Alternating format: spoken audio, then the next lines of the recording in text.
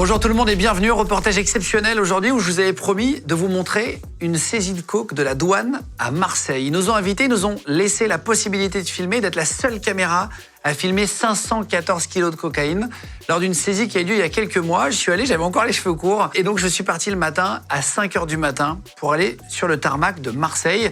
Arrivé à Marseille, il m'avait dit « Tu viens sans téléphone, sans caméra, sans micro, etc. On s'occupe de tout, il y aura un cadreur qui va pouvoir filmer pour toi. » Et ils m'ont emmené avec eux dans une voiture. Je me suis mis à l'arrière, dans une voiture banalisée, juste avec un gyrophare. Ils m'ont mis à l'arrière avec un bandeau pour dormir, plus une paire de lunettes de ski avec la vitre noire.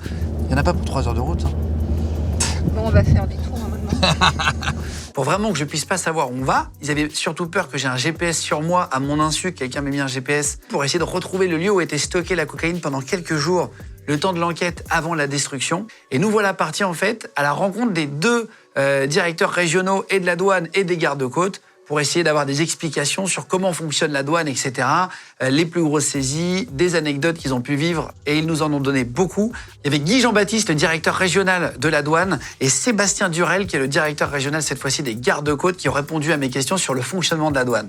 Vous avez des agents qui arrivent au bureau le matin avec un certain nombre d'objectifs à atteindre. Leur job, c'est d'abord d'assurer la sécurité du citoyen, de lutter contre la fraude et puis d'accompagner aussi les entreprises. D'abord, dès l'instant où il met son uniforme, il s'habille de toutes les fonctions douanières avec tous les moyens dont il pourra disposer pour aller rechercher des fraudeurs, pour aller vérifier effectivement si des transactions sont normales dans une frontière ou bien sur la route, si tout se passe bien. Et son job, lui, c'est un chasseur. Vous recherchez des douaniers dans plein de métiers très différents. Il y a vraiment des pilotes d'hélicoptères. Il y a des pilotes d'avion, des pilotes d'hélicoptères, des marins, des motards. Voilà, il faut essayer de couvrir un peu tout le spectre des métiers dont on a besoin pour l'exercice de nos missions. Pour comprendre, pour bien expliquer, vous n'êtes pas que, par exemple, aux aéroports. Pas du tout, non, on est aux aéroports, sur les ports, sur la route. Et dans tous les ports d'Europe, il y a une explosion du trafic de drogue, du trafic de stupéfiants. Ils nous ont expliqué leur truc pour essayer de trouver les cargaisons un peu suspectes. Comme vous savez, on a une recrudescence d'arrivée de produits stupéfiants dans tous les grands ports européens, notamment les ports de la mer du Nord. Quand on regarde les saisies de cocaïne, pratiquement l'ensemble de ces bateaux sont originaires d'Amérique du Sud. Dès l'instant où un bateau arrive au port de Marseille qui vient d'Amérique du Sud, on commence à être un tout petit peu sensibilisé au contenu de ce bateau. On dresse d'abord le décor. En l'occurrence, ce bateau venait du Chili, d'Amérique du Sud. Il arrive à Marseille avec des conteneurs. Il faut savoir que régulièrement, nous contrôlons des conteneurs sur la base d'un certain nombre de critères de sélection. Je rappelle que 90-95% du commerce international, c'est un commerce légal. Ce qui nous intéresse, c'est les 5% qui ne sont pas légaux. Et ces 5%, on met toutes nos forces vives pour pouvoir déterminer quels sont les conteneurs qui doivent être contrôlés. Et on fait de l'analyse de risque. Le bateau, il vient du Chili, ça peut être intéressant. Puis on décide de dire, voilà, ces conteneurs-là, on les sélectionne. Mais on ne contrôle pas qu'un conteneur. On contrôle une suite de conteneurs, un ensemble de conteneurs. Et il y a deux façons de le contrôler. Pour gagner un peu de temps, on a un scanner mobile. Donc on passe ces conteneurs sur un scanner mobile. Qu'est-ce que c'est qu'un scanner mobile? Regarde cette danse. Si vous me dites qu'il y a des pneus dans le conteneur, je dois voir que des pneus. Et on s'aperçoit qu'en ouvrant le conteneur, qu'on a des sacs. On ne sait pas ce qu'ils contiennent, ces sacs. Et seulement, il n'y a pas de sacs qui sont déclarés. On ouvre les sacs et on s'aperçoit que ces sacs contiennent des pains. Une des techniques les plus connues pour faire passer de la drogue, ça s'appelle le rip-off. Ils nous ont expliqué ce que c'était exactement. Qu'est-ce que c'est que le rip-off? Ce sont des paquets, des marchandises qui sont mis à l'insu du destinataire ou de l'expéditeur des marchandises, sans qu'il le sache, par des complicités portuaires. On ouvre le conteneur, on met les paquets juste à la sortie, on ferme le conteneur, et lorsque le conteneur arrive à destination, il y a une équipe qui ouvre le conteneur et qui récupère les paquets. Quel est l'avantage? Vous n'avez pas besoin de docker pour mettre. Une fois que vous avez le conteneur, c'est pas compliqué, vous faites ce qu'on appelle une chaîne, vous prenez des paquets qui sont susceptibles d'être soulevés par un individu normal, des paquets de 10 kilos, et vous faites la chaîne et vous les envoyez, vous embarquez ça dans une voiture, ça va très très vite. C'est un conteneur où les marchandises qui sont dedans sont des marchandises légales, et quelqu'un a mis autre chose là, on appelle ça farcir un conteneur. Et comme ils ont passé des années à travailler à la douane, aux gardes-côtes, je leur ai demandé s'ils avaient des anecdotes assez incroyables sur leur métier. Si, alors là, en matière d'anecdotes, c'était à Roissy, c'était un truc très drôle. C'était une Américaine qui débarque sur Roissy, et elle a une coiffure monstrueuse, comme s'il y avait des bigoudis ou autre, mais ça prenait des proportions un peu inquiétantes. L'une des contrôleuses qui était là, qui me dit, monsieur le directeur adjoint, elle a une sacrée coiffure. Et puis on regarde, et puis il dit, c'est pas possible, on peut pas avoir une coiffure comme ça. Résultat des courses, on lui demande de s'asseoir. Jette juste un petit coup d'œil.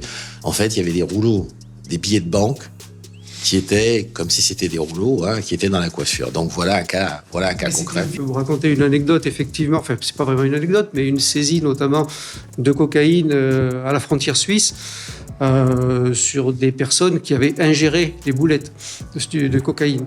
Voilà, un réseau qui venait d'Espagne et qui acheminait la drogue vers la Suisse. Je me souviens d'une personne d'assez forte constitution et qui avait pu comme ça ingérer jusqu'à 2 kilos de stupéfiants.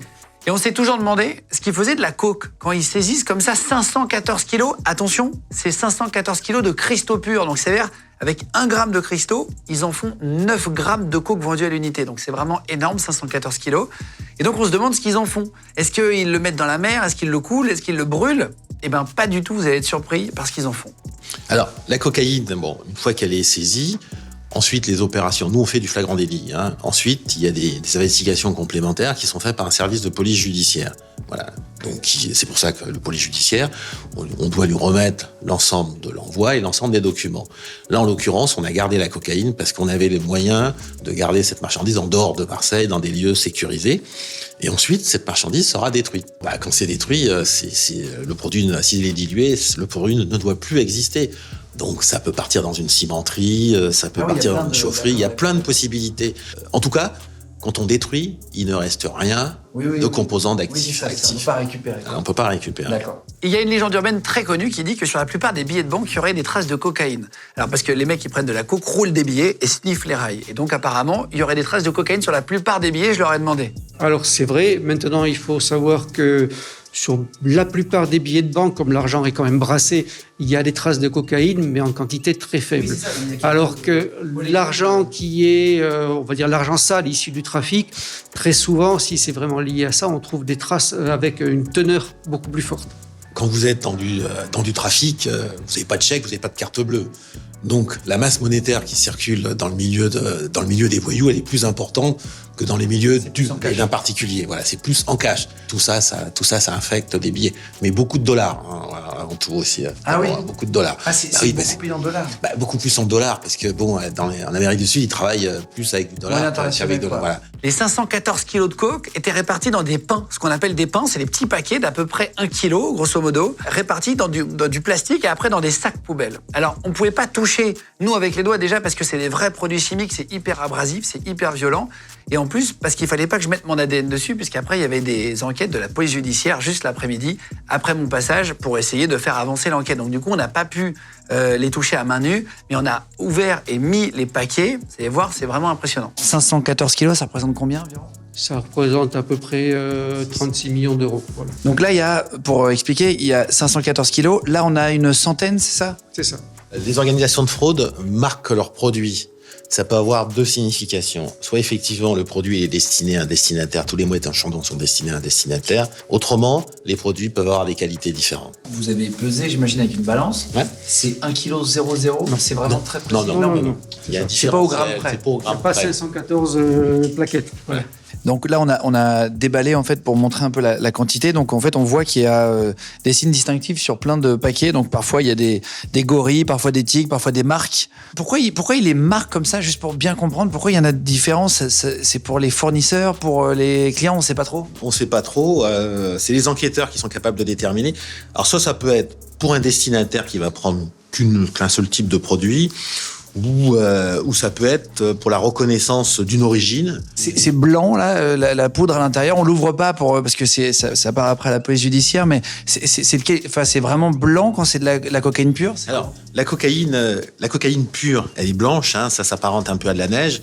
Et avant d'arriver à cette neige-là, vous avez plusieurs formes de cocaïne. Vous avez la cocaïne non filtrée qui est brune, et vous avez aussi de la cocaïne en cristaux qu'on appelle le crack. Plus elle est blanche, plus elle est raffinée, et plus elle est pure, elle a une qualité supérieure. On se rend déjà plus compte en sachant que là, il y a 1/5 en gros de la saisie pour des raisons de sécurité à différents endroits. Mais... Donc en fait, on voit bien que par exemple l'un ne fait pas forcément la même épaisseur exactement que l'autre. C'est exactement ce qu'il me disait. Il y en a qui sont un tout petit peu plus lourds que l'autre, mais ça reste quand même à peu près identique.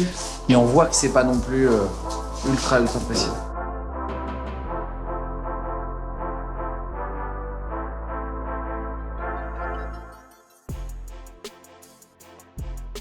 Alors voilà, j'espère que ça vous a plu. C'était un aperçu du travail de la douane en France. Pour info, en 2021, il y a 18 tonnes de coke qui ont été saisies sur l'année, ce qui représente 1,3 milliard d'euros de marchandises, donc ce qui est vraiment énorme. Merci au ministre Bruno Le Maire, le ministre de l'économie et aussi des douanes, puisque c'est le ministère de l'économie qui gère aussi les douanes. En tout cas, merci à vous tous d'avoir suivi le documentaire. Si vous avez d'autres idées de docu, aidez-nous. Nous, on cherche l'après-midi dans les bureaux pour essayer de trouver des anecdotes, des choses assez incroyables à vous montrer. Si vous avez des idées, mettez-les en commentaire. Vraiment, on lit 100% des commentaires, les amis. Continuez de vous abonner à la chaîne Légende. Vous êtes de plus en plus nombreux sur notre chaîne YouTube. Merci beaucoup. Sur TikTok, on y est aussi. Sur Instagram, venez nous retrouver.